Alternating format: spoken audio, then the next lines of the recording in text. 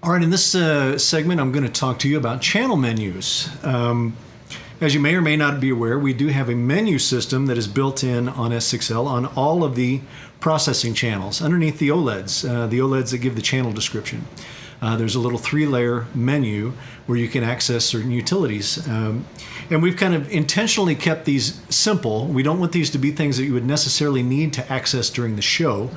So they're kind of utilitarian in nature, but you need to know that they're there. They're very, very handy. So let's see how they work. Here we go.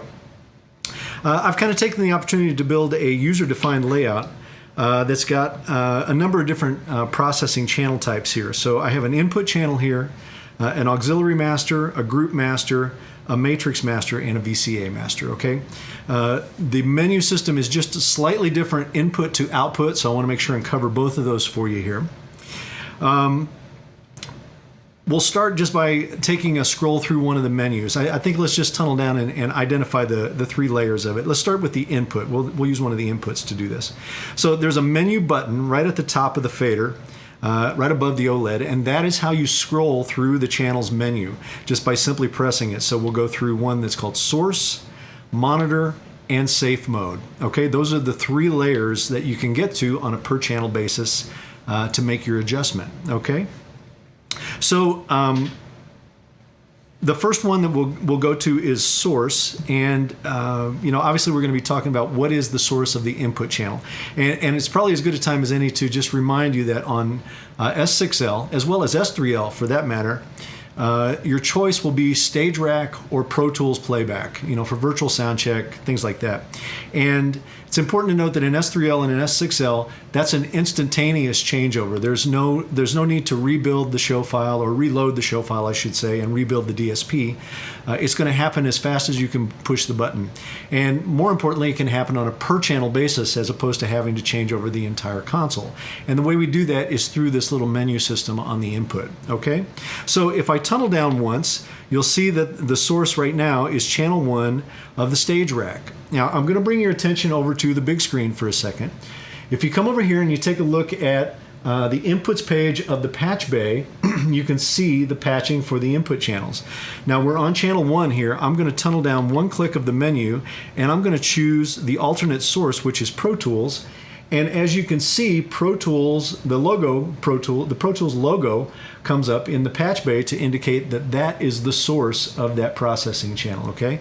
Obviously, I can tunnel right back down and make it the stage rack again if I want to do it as well, okay? If we go down one more layer, we have our monitor choices there. We can choose between monitor A, monitor B, or monitor A plus B. As you all know, on S6L, we have 2 monitor bus choices now to be able to do ear monitors or wedge mixes or any combination of the above, and any type of workflow that requires more than 1 monitor bus. Well, on a per channel basis, through this menu, you can choose whether you're in monitor A plus B, or just monitor B, just by simply using these 2 switches to make your choice, right? So that's how we do that. If we go one more down, we get to the safe modes. And before I explain this one, I'm going to take you back to the software just for a second and kind of help you to understand how our safe modes work and our choices work in the first place. Now, I'll say I am going to do another video that is dedicated to the safe operation on the consoles, or safe operations on the console, I should say. But for the context of these menus, it's important to see this one piece of it. So I'm going to take you there. If we go to the Venue software and we go to Options, Interaction, down here in the lower left-hand corner, you'll see some choices for channel safe switches.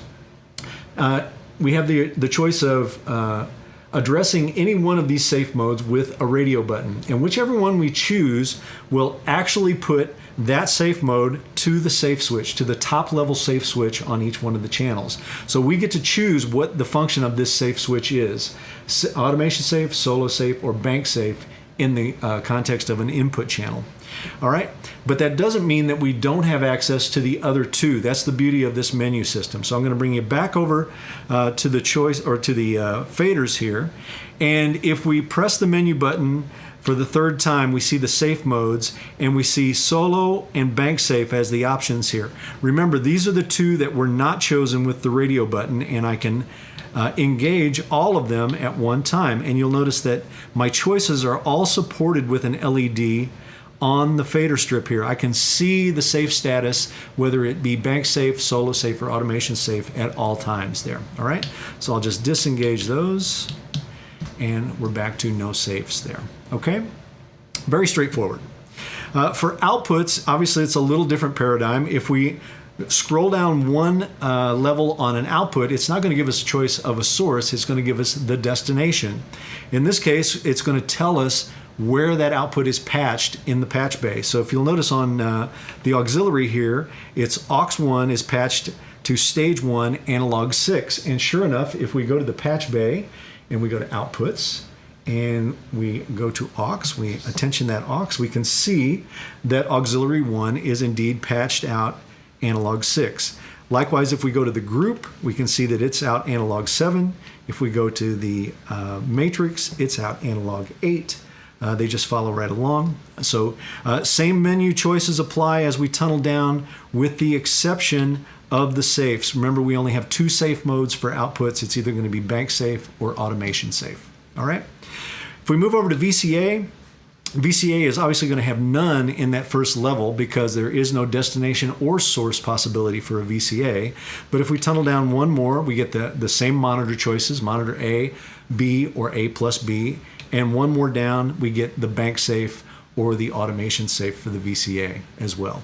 And as you've probably seen and you've noticed here with me working on these, once we make those menu selections, they do time out and come back to the regular OLED indication, so you don't have to remember to scroll out of them or get out of those menu settings. They'll always automatically default back to that top layer. Okay? So that's channel menus. Very, very handy, very convenient to have them right on the channel strips. I think they're going to be a big asset to your workflows. So hope you enjoy that. Thanks for tuning in on these videos. Keep coming back for more. I'm going to keep just churning them out here. We'll see you guys later. Bye-bye.